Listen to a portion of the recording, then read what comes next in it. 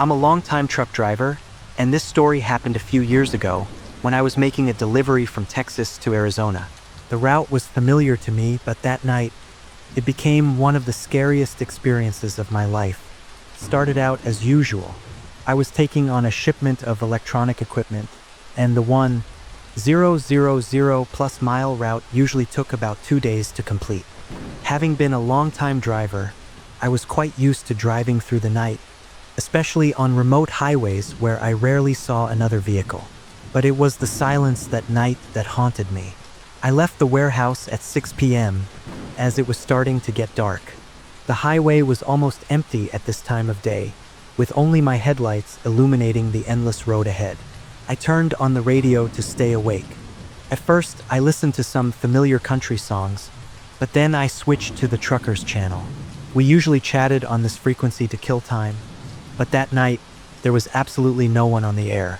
The weather was quite pleasant, not too hot or too cold. I thought it would be a smooth night of driving without any worries, but that was just my initial thought. At around 1 a.m., I was driving through a deserted stretch of highway. On both sides of the road were just empty plains, no street lights, no houses, and no sign of people. It was then that my headlights caught sight of an old rusty green truck parked on the side of the road. At first glance, I thought it was just a broken-down vehicle, since truck drivers sometimes break down on the road. But the closer I got, the more I felt that something was wrong. The headlights were still on, but the driver's side door was wide open, as if someone had left in a hurry. I slowed down, tried to get a closer look, and noticed a handprint on the driver's side window. A red handprint, like blood. I felt my heart pounding. My first thought was that someone might need help. After all, in this business, we're always there to help each other when we're in trouble. I decided to stop about 10 meters away from the truck. My hazard lights were flashing in the dark, casting an eerie glow on the quiet road. I got out of the car, flashlight in hand, and called out as I walked, "Anyone? Need help?" But no one answered. It was completely quiet, except for the sound of the wind blowing through the fields. A feeling of unease began to creep over me, but I still approached the truck. As I got closer, I shone my flashlight into the cabin. Inside was a strange sight.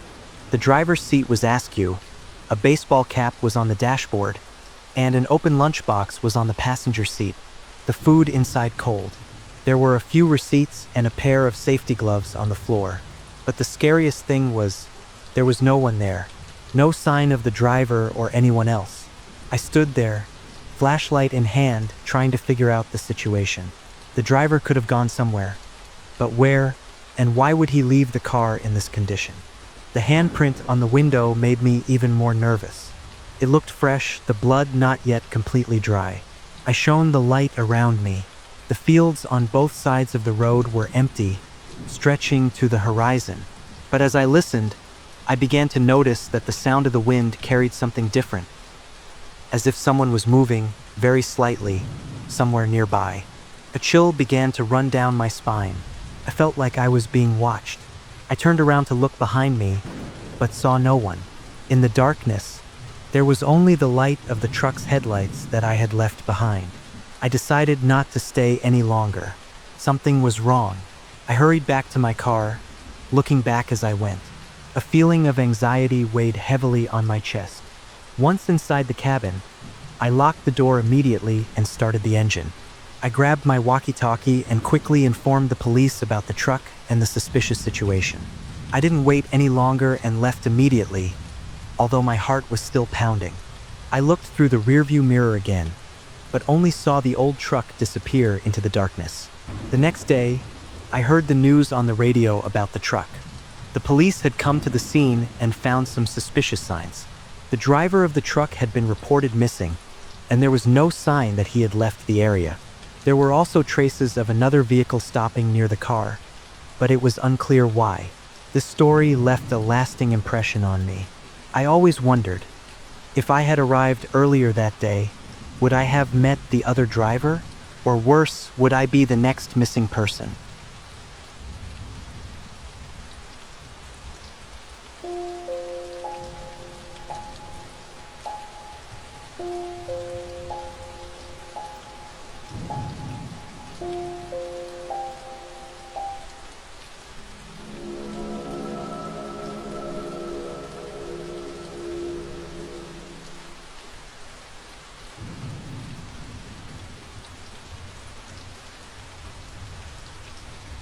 The Man Standing in the Rain.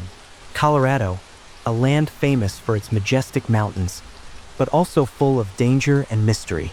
It is a place where many strange stories have been told, and on a cold, rainy night, I accidentally became the main character in such a story. I work in long-distance freight transport, often having to travel through deserted mountain routes. That day, the goods I transported were industrial equipment, and the delivery time was very urgent. As soon as it got dark clouds gathered, signaling a heavy rain. But there was no way to delay. I had to continue my journey through the winding mountain road, where the street lights were sparse, almost swallowed by the darkness. The rain began to fall, at first just a drizzle, but soon it became heavy. My windshield was covered with slanting streams of water, and the wipers were not strong enough to clear the view. The road was narrow and slippery, and I had to concentrate as much as possible to keep the car from sliding down the cliff. Then, in the dim light of the headlights, I saw a figure standing on the side of the road. It was a man. He was wearing a long black coat, a hat that covered half of his face, his head bowed, his posture motionless. I immediately felt a shiver. In a desolate place like this, in the pouring rain, why would someone be standing there? I slowed down the car, but did not stop completely. My instincts told me that something was wrong. As the car passed him, I turned my head to look in the rearview mirror. The man did not move, just stood there, like a black statue soaked in the rain. As I continued driving, a heavy feeling began to invade. The space in the cabin became stuffy, even though I knew I was alone. I turned on the radio to dispel the silence, but the signal was distorted, emitting only strange static sounds. I sighed, trying to focus on the road ahead. Less than 10 minutes later, I saw a figure on the side of the road again. This time it was a woman. She was wearing a thin white dress, completely soaked by the rain, clinging to her body. She held an umbrella in her hand, but the umbrella was broken. The ribs were wrinkled as if it had been through a hurricane. I slowed down, the headlights illuminating her face. It was a pale face, so pale that it almost glowed in the rain. She didn't lower her head like the man before, but looked straight at me. I couldn't see her eyes clearly in the rain, but the feeling of someone's gaze penetrating the windshield and staring at me gave me goosebumps. I didn't stop. The car passed her, and when I glanced at the rearview mirror, what made me panic even more was that she was standing in the exact same position as the man in black had appeared earlier. My heart rate increased. My fingers gripped the steering wheel tightly. I tried to find a reasonable explanation. Maybe they were two different people, or I was too nervous and saw wrongly. But the image of those two figures kept haunting my mind, like a ghost that wouldn't let go. The rain got heavier, thunder and lightning began to rumble in the sky. A flash of lightning lit up the trees on both sides of the road for a moment. At that moment, I swore I saw a figure standing between the trees. The person was wearing a white dress. I didn't dare stop to check. The feeling of unease turned into real fear. My mind seemed to be suffocated by unanswered questions. Who were these people? Why did they appear in the middle of the rain and in such a remote place? While I was lost in thought, another strange thing happened. The car's headlights suddenly flickered, then went out for a few seconds. The cabin was plunged into complete darkness, with only the sound of heavy rain falling on the roof remaining. I quickly stepped on the brakes, my heart almost stopping. Only a few seconds later, the headlights turned on again. But in the moment the light returned, I saw a figure standing in the middle of the road, right in front of my car. I screamed, stepped on the brakes hard. The tires screeched loudly on the slippery road. The car stopped just a few meters away from the figure. I recognized it as the girl in the white dress. She stood motionless, still holding the broken umbrella in her hand, her head tilted to one side as if listening to something. I didn't dare to get out of the car. My heart was pounding. My breathing was ragged. In a panic, I stepped on the gas and turned the wheel, swerving past the figure, then rushed into the rain. When I looked back in the rearview mirror, the girl had disappeared. That whole night, I drove without stopping, until I got off the mountain road and saw the lights of a small town ahead. I stopped at a roadside restaurant and got out of the car, trembling. Since that night, I have never driven past that mountain road again. I don't know who those two figures were, nor do I want to know, but every time it rains heavily, I remember their cold eyes and motionless figures, as a reminder that there are inexplicable things that still exist in this world.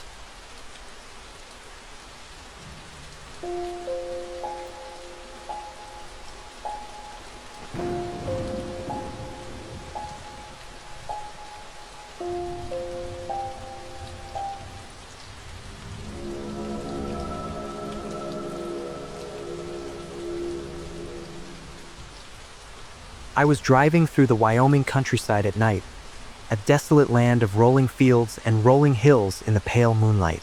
It was a cold fall night, and the road was almost deserted. The streetlights were few and far between, giving it an eerie, lonely feel. As I drove, the fuel light suddenly came on, signaling that I needed to find a place to fill up immediately. There was nothing worse than being stranded in the middle of nowhere with an empty tank. After about 15 minutes of tense driving, I saw an old roadside sign with the word gas station scrawled across it, the neon light flickering above. I let out a silent sigh of relief and turned onto the small road that led to the gas station. It was a small, isolated gas station, sitting alone in the middle of a vast field. The gas station looked old and almost abandoned. The awning was rusted, the windows were covered in dirt and cobwebs, and the whole place had an inexplicable chill to it.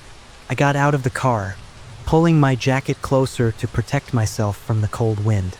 As I approached the gas pump, I realized it was a very old-fashioned type, the kind that you had to operate manually, instead of the modern gas stations I was used to seeing.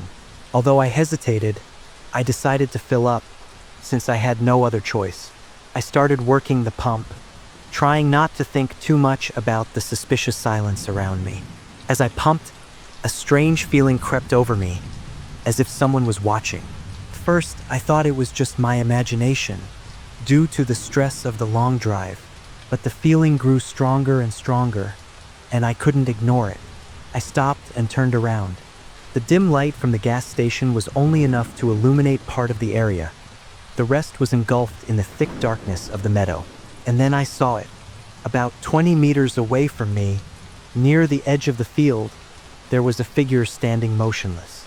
It was a blurry shape, unclear in the dim light, but I could tell it was a person. They didn't move, just stood there, as if staring at me. A cold chill ran down my spine, and I felt my chest tighten with fear. Someone was there, in the darkness, and they had no intention of retreating or speaking. I swallowed, trying to stay calm. "Hello," I called out, my voice echoing in the quiet space. But there was no answer. The person was still standing there, not moving, not making a sound. My heart started to pound, and I felt like I couldn't stay here another second. I quickly closed the gas cap, leaving the pump behind, not caring whether it was back in place or not. I almost jumped into the car, slammed the door shut, and locked the latch. As I started the car, I glanced in the rearview mirror to see where the figure had been standing, but they were no longer there. I shivered, trying to stay calm, and stepped on the gas pedal as hard as possible, leaving the gas station as quickly as possible. But as I passed the gas station, something unusual caught my eye through the rearview mirror. I saw the figure, now walking up the steps of the gas station. They opened the door and disappeared inside, as if the place was their home. A feeling of horror filled me as I realized something strange. The gas station was completely dark. There was no electricity, so how could the door open by itself? I didn't dare stop or turn around. I drove as fast as I could, feeling like at any moment that figure would appear in my rearview mirror, chasing me down the deserted road. For the rest of the trip, I couldn't shake the creepy feeling and the cold presence I felt at the gas station.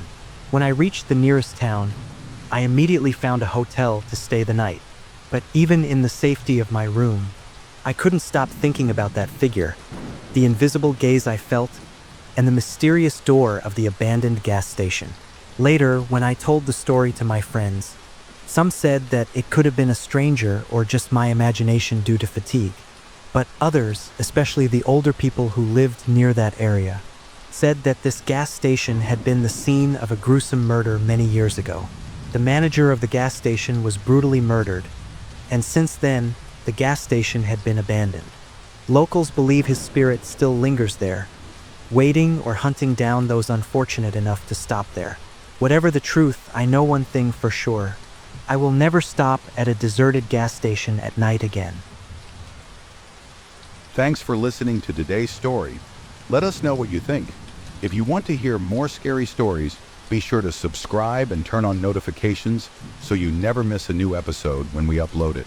We'll always be here and welcome you.